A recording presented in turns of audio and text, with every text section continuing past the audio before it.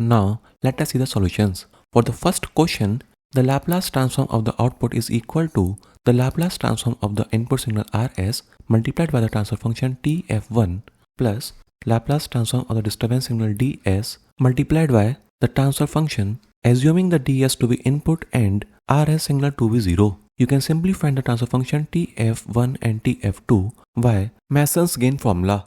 In the question it is provided the error signal is equal to input signal Rt minus output signal Yt, and also we are supposed to assume the input signal is 0 for finding the error signal. Therefore, the error signal will be equal to negative of output signal Yt. By simply using the final value theorem, we can find the steady state error value due to the unit step disturbance, which will come out to be equal to minus 0.1. Now let's come to the next question. Here, first comparing the different transfer function with the equation of standard second order transfer function, we can easily find the natural frequency and the value of zeta for the two different systems. Here you can see the natural frequency is different, but the value of zeta is exactly the same. Now, as we know, the formula of peak overshoot does not consider the value of natural frequency. That's why the value of peak overshoot is same for both the system. But the damped frequency and settling time consider the value of natural frequency also. That's why these values will be different for the two provided systems. But still one parameter is remaining, which is steady state value.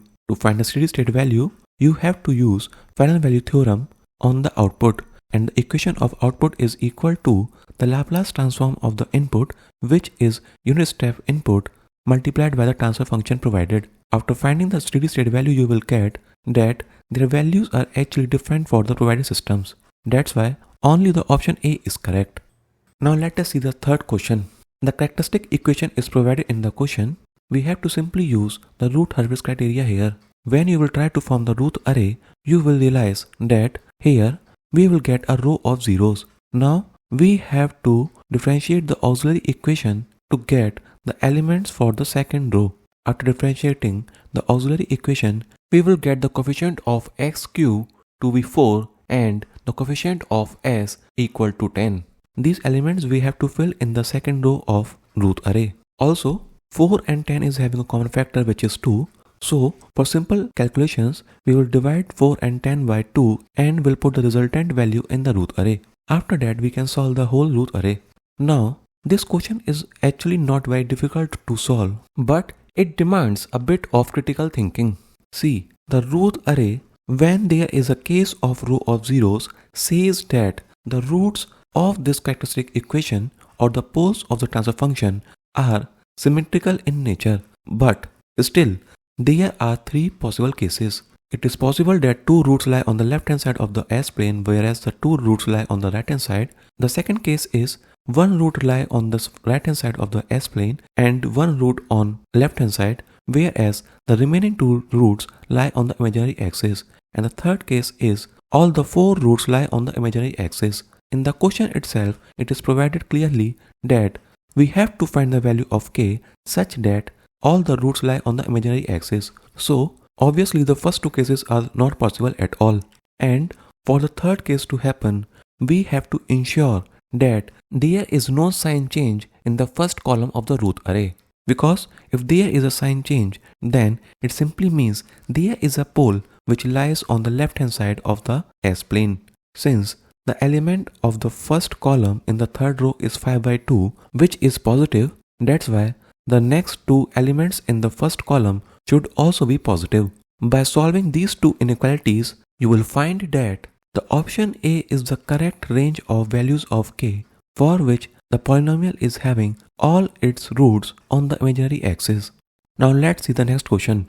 We can easily find the open loop transfer function, which will come out to be equal to k divided by s into s plus 3. Also, we know the steady state error for unit ramp input is equal to 1 upon static velocity error coefficient. We can easily find the value of static error coefficient, which will come out to be equal to k by 3. By putting the value of static velocity error coefficient in the equation of steady state error, we can easily find the value of k, which will come out to be equal to 30.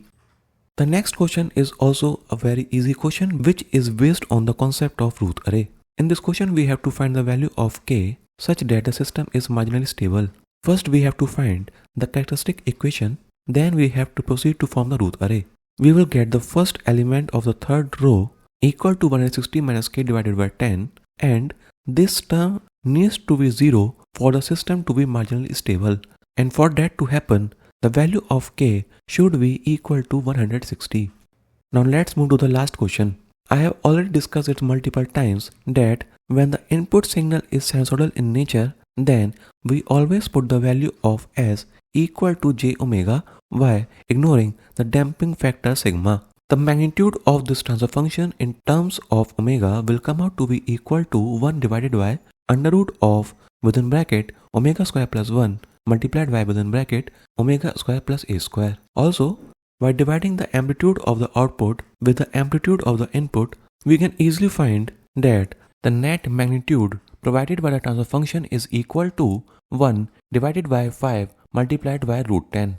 Now, simply solving the equation of magnitude of transfer function in terms of omega square and a square and equating it with 1 divided by 5 under root 10, we can find the value of a, which will come out to be equal to 4. Actually, we will get two values by solving this equation. One is plus 4 and the other is minus 4. But in the question it is clearly mentioned that a is a positive number. That's why we have to ignore minus 4 and the value of a will be equal to 4 only.